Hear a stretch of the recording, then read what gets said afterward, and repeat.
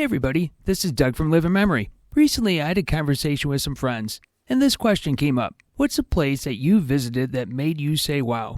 Well, I've been lucky enough to have a few wow memories, and one of the first that came to mind was visiting Bryce Canyon National Park. A few years ago, we went on a memory-filled road trip to the U.S. Southwest, and while planning the trip, we asked folks for recommendations on sites to see. And you know what?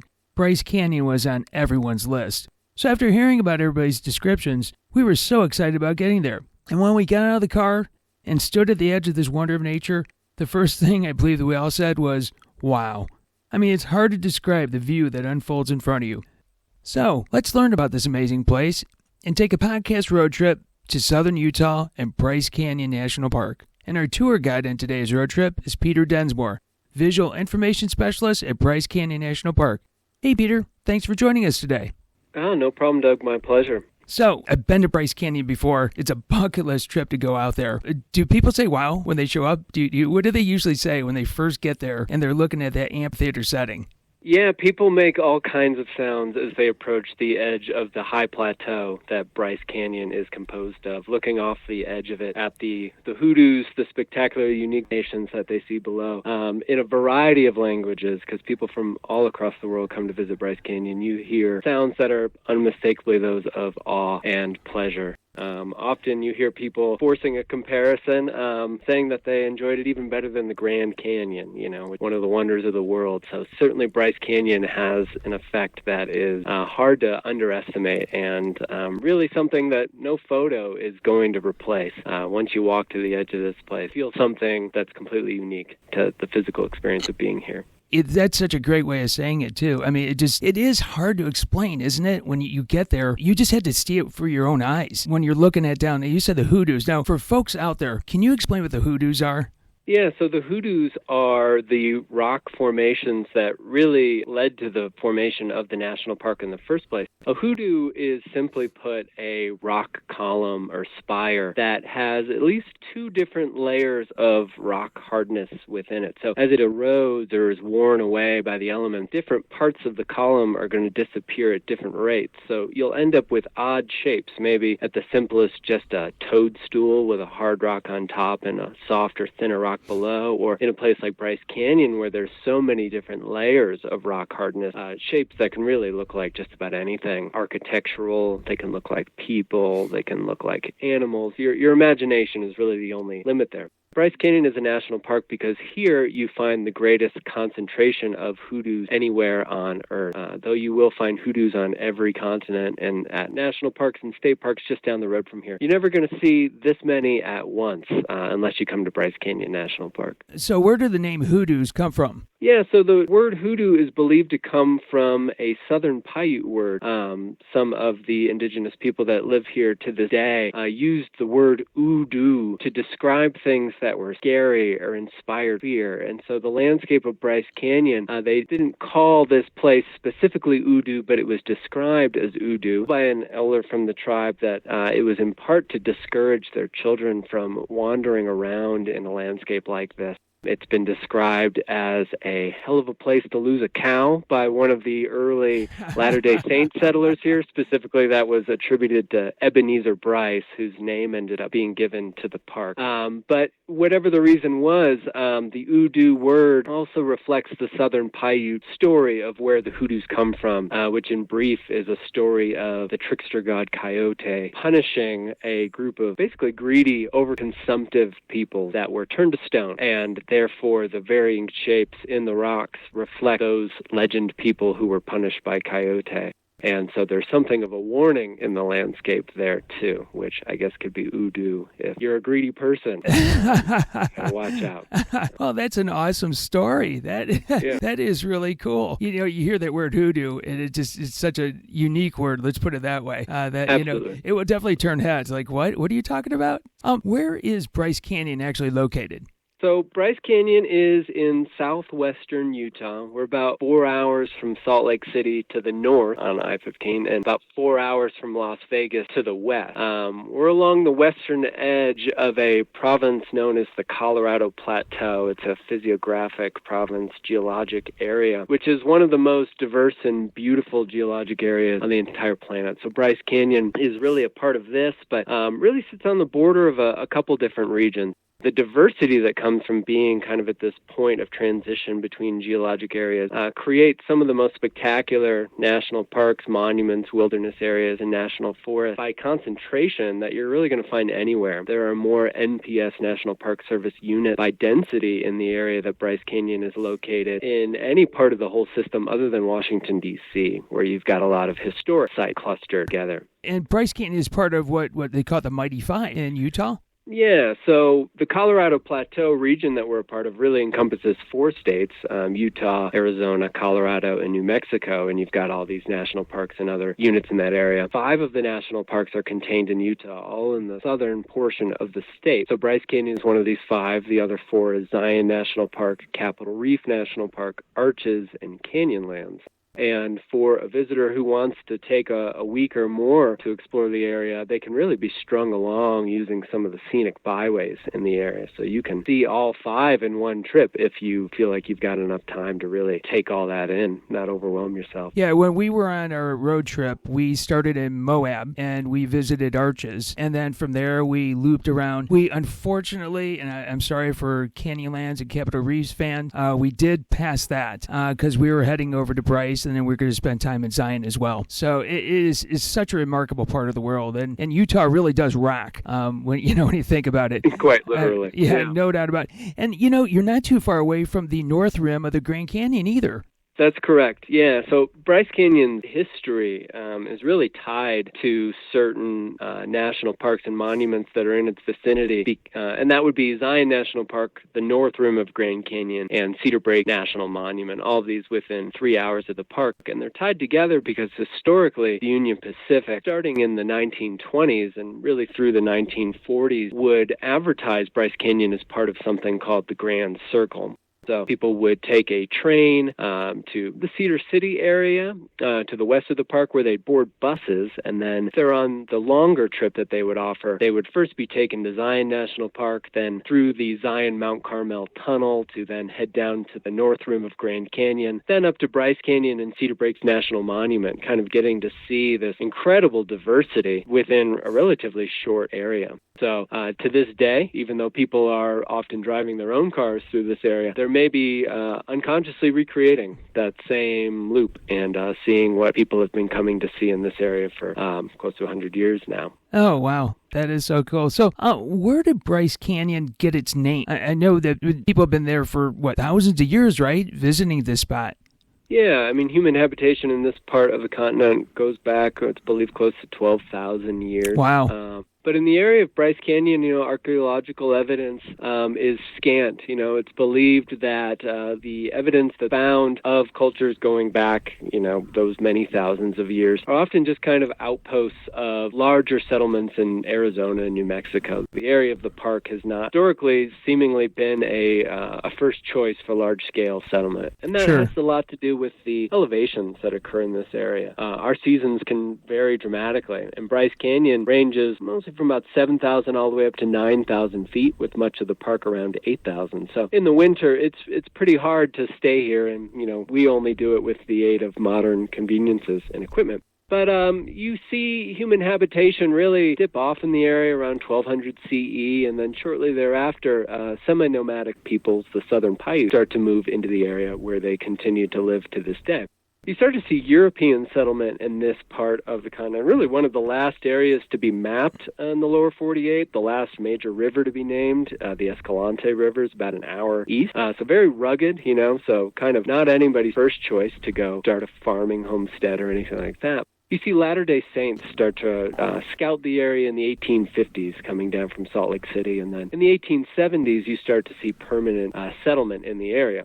And that brings the arrival of Ebenezer Bryce, one of these Latter-day Saint pioneers, to settle just to the area east of the park in the mid-1870s. So he was a popular guy, was trained as a shipwright in Scotland, had a lot of skill working with wood, helped to build structures, irrigation ditches, and a timber road that he would use to harvest primarily the ponderosa pine that's found throughout this park. And the timber road that he built actually ended in the park's most iconic area, known as the Bryce Amphitheater, because at the time, people began referring to it as Bryce's Canyon. And so Ebenezer Bryce really only stayed in the area about 5 years. So his wife, the climate, it's very cold in the winter. Sure. So they moved on to Arizona, but the name stuck. And even though they auditioned some other names as the park went through national monument status and then finally became a national park, names such as Utah National Park or Temples of the Gods, really in the end, it came back to Bryce Canyon. It's a unique sounding name.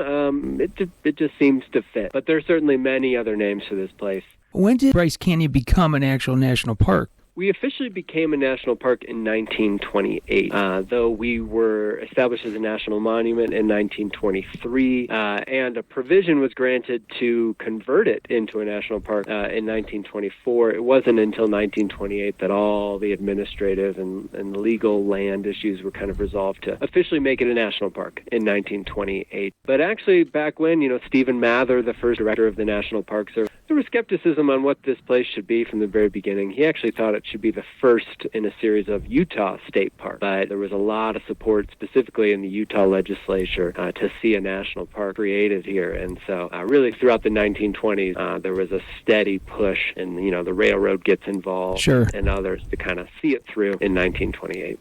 If I remember correctly, there aren't a lot of towns necessarily around. Where does somebody that works at the park, where do you live? Yeah, so most of the permanent staff in the park live within the park, in the housing areas here. And housing areas are kind of two different eras. There's a historic one that is mostly the mid-30s, so it's closely tied to the construction of the Bryce Canyon Lodge, which is on the National Register of Historic Places, built in the mid-1920s. So similar architectural style to that building. And then a lot of the other housing comes from what's known as the Mission 66 era of the national parks. Eisenhower kind of leading a reinvestment in national park infrastructure and building some of the slightly more modern, like ranch-style homes that you'll see there. A lot of folks live in those houses within the park, pretty close to the visitor center, so pretty easy to get to work. We also have a good number of permanent staff who live in the surrounding communities, so the towns of Panguitch and Tropic, and so they'll commute up each day. But no one's really got a commute that's much longer than a half hour, because as you go further out from those towns, you really do start having a drive to get out to this place. Sure. So Bryce Canyon is basically your backyard. It's my front yard, my backyard. Yeah. It all feels like home. Pretty real experience. Yeah, you win. If you're posting pictures of your yard, you win. There's no doubt about that. So, you get there. You mentioned the amphitheater. That's where you see all the hoodoos. But if I remember correctly, as you're driving in, you've got a ways to go before you get to the amphitheater. So there's a lot more park there. What else is there for people to see besides the iconic amphitheater? And how do you get around? Can you go hiking? I know we went down by the hoodoos, which was so cool to be able to walk down there. But, what kind of trails and where else does the park go to? Yeah, so when you're thinking of Bryce Canyon, you should think of it as a long north-south running strip of land that encompasses partially the edge of one of the highest plateaus in North America. This is known as the Paunsaugunt Plateau. And then as the edge of the plateau gives way, you see the deeply colored red, pinks, yellows, oranges of the hoodoos. Then that continues on into a lower elevation forest. So there's kind of three distinct life zones in the park that we talk about, kind of a low elevation one, and we define these elevation zones by plants. There's pinyon, pine, and juniper. A middle one, which is where pretty much all the park infrastructure is, and this is around 8,000 feet, the ponderosa pine life zone. And then you can go all the way up to 9,000 feet, because this plateau, as you travel south on it, actually tilts up as you go south. As you reach the southern end of the park, which is the end of the road, the end of that one main road that goes north-south here, you're up at 9,000 feet with incredibly long views down there. So just depending on the elevation and the different zone you end up in the park, there's opportunities just to notice the different kinds of life that is more abundant there and the different perspective it's going to give you on this place, from incredibly long views over 100 miles distant to the horizon to looking up at these rock spires. Sure. If you're on a trail down in the amphitheater, or walking in the ponderosa forest that you'll find around the visitor center and the park campgrounds and lawn. So the ponderosa forests are interspersed with meadows that often have a lot of the park's wildlife, and certainly watching that wildlife from a road pull-off is a popular activity. You're often going to see mule deer. You'll see pronghorn, the fastest land animal in North America. Really? I didn't know that. That look like antelopes, but are actually very, very distantly related to them. They are, their name comes from kind of the shape of the horn. The incredible eyesight allows them to kind of graze out in these meadows and, enjoy relative safety due to the fact that they can run close to 60 miles when they want to. You'll also find Utah prairie dogs out there. This is one of the park's endangered species. It's a federally watched species because you really only find the Utah prairie dog, the smallest of all the prairie dog species, here in Utah. It's like Utah's only endemic, or, you only find it here, mammal. Right. So you'll find them in the meadows near the visitor center. 8,000 feet is about as high as they'll live, and so that population is protected within the park. It's also one of the reasons we ask visitors not to wander out into the meadows. Sure. Disturb their habitat out there. But yeah, you'll find some hiking trails that move along on the plateau, on the meadows, but most of them are right along the edge of the rim. And so a lot of the most popular hikes in the park, especially the easier hikes, are near the viewpoints in the Bryce Amphitheater, but along the edge of the plateau. So you kind of get this dual experience of being along the edge of the ponderosa forest with the hoodoos kind of unveiled below you to the other side. So you're right at the edge of these two zones, as it was. This is also a popular place in the winter months to go snowshoeing or cross-country skiing, as the park can often maintain snowpacks of many feet in the middle of the winter and into what would be the spring for lower elevation areas that surround us. So I was just curious about the hiking. I'm sure you've got trails and trails. How many trails or how many miles of trails would you have out at Bryce Canyon? Yeah, so you've got close to 20 miles of front country trails in the park, and then even more than that in the backcountry, getting closer to 30 miles plus of backcountry trails in the park. Most of our visitors are enjoying the front country trails primarily because the hoodoos of the Bryce Amphitheater, that most iconic area of the park, is only explored on front country trails. Backcountry trails explore the southern end of the park, more forested areas with kind of high cliff above you. So usually people are enjoying many of the loop trails within the Bryce Amphitheater, and those can range from about just over a mile up to over 8 miles. And what often people do is combine them together in unique ways. So you can really create any kind of custom hike by using the many trails winding through the Bryce Amphitheater. Sure. And then also, Bryce Canyon National Park is not the type of national park you just happen to drive by. I was talking to Indiana Dunes National Park recently, and that's not too far from Chicago, and you can accidentally kind of like drive by and stop off and visit it. But Bryce Canyon may not be that kind of park. You plan a trip, you go out there. What would you recommend that they bring with them so that they really can experience the park? Yeah, it's really going to come down to what kind of activities you're hoping to do in the park, but the vast majority of our visitors do come here to do at least a little bit of hiking. Right. And so hiking boots are kind of a great start. Ankle support and a nice tread on the boot can really help, especially if you're going down from the rim into the hoodoos. The rock formations here, the rock layers are rather soft, so they crumble somewhat easily. The trails themselves are very well compacted, but there is loose rock on them, and so making sure that you've got nice footing can help you avoid some of the most common injuries, which would be those of rolled ankles, leg injuries, and the like.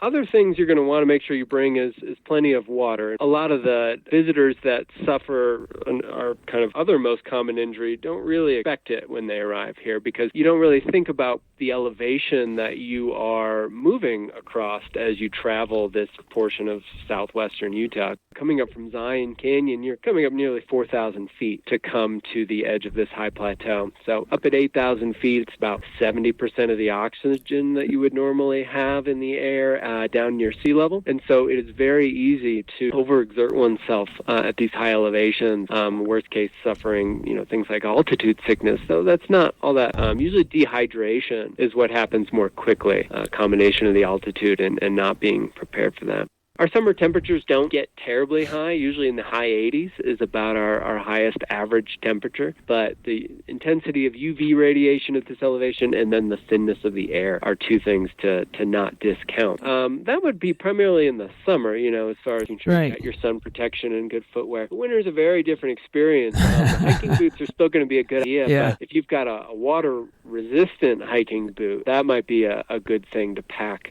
if you're going to be going out on the trails in winter. Now, typically, as the trails are kind of compacted down, the snow really becomes more of an ice situation. And so we strongly recommend traction devices. You'll find brands like Yak Tracks, Ice Trekkers, Micro Spike. All of them are great, but just give you a little bit of extra purchase on icy trails and even parking lots. You'll find ice kind of throughout the park in winter. So making sure you've got good footwear for winters is a little bit of a different situation. Clothing, like in summer, layers is always a good idea here. You never know as you get hiking and stuff, your temperature is going to rise pretty easily as you exert yourself here. So being able to kind of take layers on and off is always a good idea for packing clothes here. Oh, that's awesome advice. Thank you. When you go to a place, we do the research on which we bring in that, and so that's really helpful for a visitor knowing what to bring. Out of curiosity, how many people actually visit Bryce Canyon every year? Quite a bit these days. In 2018, we had almost 2.7 million people. My gosh, we don't have really? Final years for 2019, but it's going to be pretty close. Wow. That's been pretty steadily rising, a little more exponentially, in the last decade or so. But 1992 was the first year that the park was over 1 million visitors, and, kind of been steady since then. Wow. We're a very popular park. Not just due to kind of how fantastically beautiful and unique it is, but again, that proximity to other major national parks. Right. People almost never visit Bryce Canyon all on its own. Usually they're planning trips that either come from the west, from Zion, or from the east along Highway 12, the other national parks there. We get visitors drawn from both directions, seeing the site along the way. Yeah, I've had people ask about Utah, and I describe Utah as like a box of jewels, and you've got these gems all over the place. Bryce and Zion and Canyonlands, Capitol Reef, and are it's just incredible, all the different things that you have there. It's really worth remembering, too, that, these national parks are maybe seen as kind of crown jewels, but along a strand of so many that some are national monuments, some are national forests, some aren't even,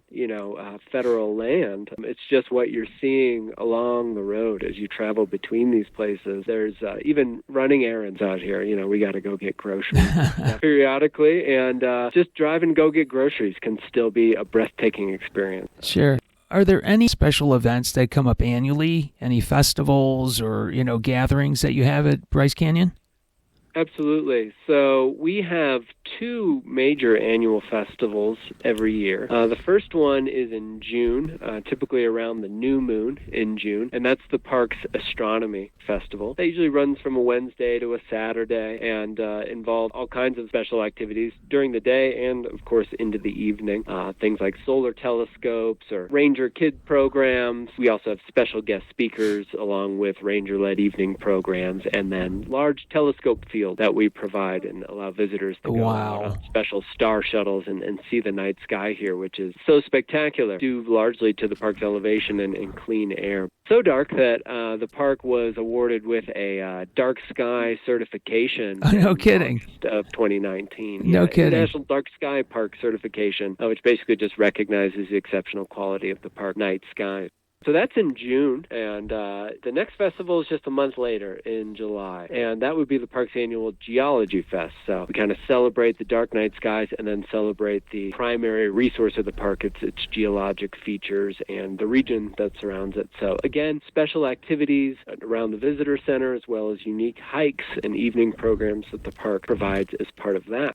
Around Christmas time, we continue to participate in the National Audubon Society's Christmas bird count, and so that's cool. Yeah, the main winter event that we offer. Though you'll find other winter events in the local communities. Winterfest is a popular festival in February that's hosted in Bryce Canyon City. Ruby's Inn, which is found just north of the park. A lot of the hotels that our visitors typically end up staying in. So kind of, around the summer is kind of peak festival season, but it's certainly not the only time. It doesn't sound like there's a bad time of year ever to visit Bryce. It sounds like, 12-month-a-year national park that you could visit and the memories, it doesn't matter what time you go, you're going to leave with just incredible memories. Absolutely. I mean, you want to be prepared for, how different the weather can be in these different seasons, but I really don't think that there's a season that I've in any way, suffer through. I grew up in the Chicago suburbs, and winter could be a challenging time. It's wet, it's windy. It made me strong, I think. But here at Bryce Canyon, even in the middle of winter, you get this world-class snow, this very, crystalline light sort of powder. That Sure. is such a pleasure to move through, often on rangers-led snowshoe hikes, which we provide when there's enough snowpack in the park. So those, are a very popular event to come out to enjoy, especially if you come out near a full moon, because the park does full moon ranger-led hike all year round. Oh, wow, that would be so if cool. You've got enough now, you can get that ultimate combination of a full moon hike and a snowshoe hike. Oh my gosh, that would be so cool. Yeah, you got to be especially lucky with those. Those winter months sometimes are a little more overcast. Sure. It's all really got to kind of come together in the perfect way. But like I said, in summer, we rarely get over 80 degrees. In the middle of summer, it is worth mentioning, usually July and August is the monsoon season for this region of the continent. So we do typically get a thunderstorm every summer afternoon that can bring lightning, which can lead us to encourage our visitors to take shelter for brief periods in the afternoon and sometimes have to cancel ranger programs because of it. Sure. But, even those pass quickly, and then going out and seeing the hoodoos freshly soaked with rain, and then that smell of sage and pine needles coming out is just, it's spectacular. There's not a bad time of year to be at Bryce Canyon. I agree with what you said. So you're a visitor, you're coming, you mentioned there's the lodge, which is absolutely gorgeous. We could talk about that for a long time. Where would you stay? If you're coming to visit Bryce Canyon, you want to stay overnight, any recommendations or places that, a visitor could stay? Sure. The first thing I'll say is that we often enjoy recommending brcacanyouncountry.com, our county tourism board's webpage, where you can find a very easy listing of all the lodging provided in this area. And, it's called Bryce Canyon Country, so even a little bit further out, you can find prices and contact information for all the lodging in the area. Within the park, you're going to find lodging available on a seasonal basis as far as, indoor lodging. Usually March through November is when the Bryce Canyon Lodge is open, so the main historic structure there. And they have associated motel units within the park, one of which usually stays open, usually till January. And then often the lodging within the park, kind of this concessionaire run lodging, will shut down for a couple months and then usually is reopened again by March. Camping within the park is available year-round. There are two campgrounds in the park, North Campground and Sunset Campground. And North Campground, located very close to the Visitor Center, is where you'll find year-round camping. We leave one loop of that campground open all winter, so if you're a hardy soul and are prepared for some snow camping, you've got North Campground right there. As things warm up, Sunset Campground opens up usually April time frame and stays open through late October. You'll find you can make reservations for that campground online at recreation.gov. Beyond the park, again, BryceCanyonCountry.com is going to have a great list of all the lodging in the area. Immediately north, you find Bryce Canyon City and Ruby's Inn and the hotels there. But really not far from there, you've got a myriad of options. But I recommend booking early. The park's popular season, definitely Memorial Day through Labor Day primarily, but, it extends further out from there every year. Yeah, I can say when we were out there, we stayed in Moab and went to Arches, and then we also stayed just outside of Zion, and Bryce was in between there. And we were there in July, and we were starting our planning, December, January of the prior year. So completely agree with you. Do your research early, check things out early, because it does book up. It's so popular. Where else can people go to learn more about Bryce Canyon? I mean, besides listening to this Live in Memory podcast, of course, which is the best thing, but where else can you go to learn about it? So you can go to the park's webpage, which would be www.nps.gov/BRCA. So certainly going online, you'll find tons of people talking about Bryce Canyon. If you go to our social media pages, you'll often find people discussing some of the most popular questions in the comments. It's also a place where you can write the park directly. Messaging us on Facebook is a great way to get a quick answer. You can also email the park through links found on the park's webpage, or give the park a phone call through numbers found there as well. Cool. Peter, is there anything else that we missed in this conversation that you would want people to hear about to put Bryce Canyon on their bucket list?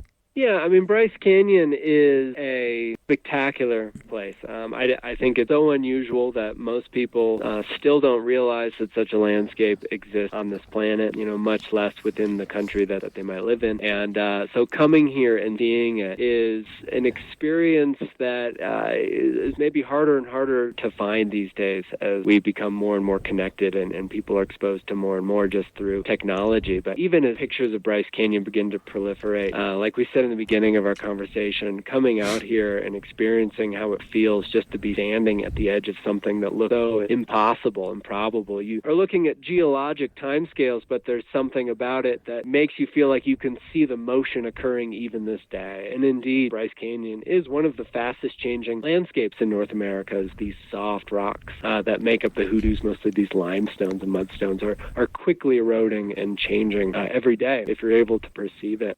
But even if it's just to see Bryce Canyon, like we said before, it's so rare. People combine this place with some of the most beautiful places on this continent as part of their trip here. And so Bryce Canyon can really be part of a bouquet of national parks that can create some truly unforgettable trips. Peter, your words are painting a beautiful picture. You have to see something like this. It's hard to describe it. And you're right, even the pictures, which when you post them on Twitter or Facebook or social media, they're so well received. People make so many comments about it. It's like, is this really real? And it is. You just have to go and you have to see it for yourself. One more question for you. What's your favorite spot to look at the amphitheater? I know there's a couple of different vantage points. Do you have a favorite one? Well, one important point about the amphitheater I like to make is that experiencing it from above and below are equally essential if you're able to do both of these things, just because the perspective changed. But the rim trail, which connects the four most popular views of the amphitheater, Bryce Point, Inspiration Point, Sunset Point, and Sunrise Point, travels about 5 miles as it moves between them and provides you the opportunity to see all the scenery in between the viewpoints and really appreciate just the three-dimensionality of all these rock features and how the scene changes as you just begin moving around of it, even small distances. The rim trail near Inspiration Point got to be a personal favorite. You can go either direction and get some great views at both sunrise and sunset time. If you're going down into the amphitheater, there I'm even less biased for one trail over another. The most important thing is choosing a trail that is appropriate for your goal. They're all going to give you that perspective of moving down amongst the hoodoos below the rim. And so it really doesn't matter which one of those you pick. Any of them is going to give you an unforgettable time. You're not going to go wrong in those decisions. What a great thing. Doesn't matter which one you pick, you're just going to be... Unless it's too difficult, Sure. Then you can create an equally memorable but maybe less pleasant experience, if you're really huffing and puffing. Definitely make sure you bite off an appropriate amount of this beautiful place. It's an apple, isn't it? It's just this beautiful thing that you can bite into and just savor and enjoy. Well, Peter, I just have to say thank you, my friend. This is so much fun having you join us today talking about Bryce Canyon National Park. It's my pleasure. Thanks so much for the opportunity to talk about it, and hopefully we'll see you out here again at some point, and certainly your listeners. We heartily recommend and invite them to come take a visit to Bryce Canyon National Park. Well, thank you so very much. And as you said, I've been out there before, but you know what? A return trip's on my bucket list right now. And I hope a podcast like this also helps others or inspires others to put a visit to Bryce Canyon on their bucket list too. It is one of those places where when you visit it, you say, wow. You just look at it and just go, that's the word that comes to mind is wow. So we're going to be publishing this Live in Memory podcast on Twitter, on Facebook, on Apple Podcasts, and on Libsyn. And also, there will be a downloadable MP3 so folks can learn about Bryce Canyon while they're in the car rides, at work, when they're working out, or whatever you do when you have time to put on the headphones and learn something new. I'd also like to add, if there's a place you would like us to talk about, a place that you would like to learn more about, feel free to drop us a note at Live in Memory on Twitter or on Facebook or on Instagram. And you can also drop us an email at liveinmemory@gmail.com. And please share your pics and stories of wonderful places you have visited. Sharing our experiences is a wonderful way to inspire folks to get out and live in memory. Once again, I'd like to say thank you to Peter Densmore, Visual Information Specialist at Bryce Canyon National Park, for being our tour guide in today's podcast road trip to Bryce Canyon National Park. It's been my pleasure. Thank you, Doug. Hey, everybody. You have a great day and get on out there and live in memory. See ya.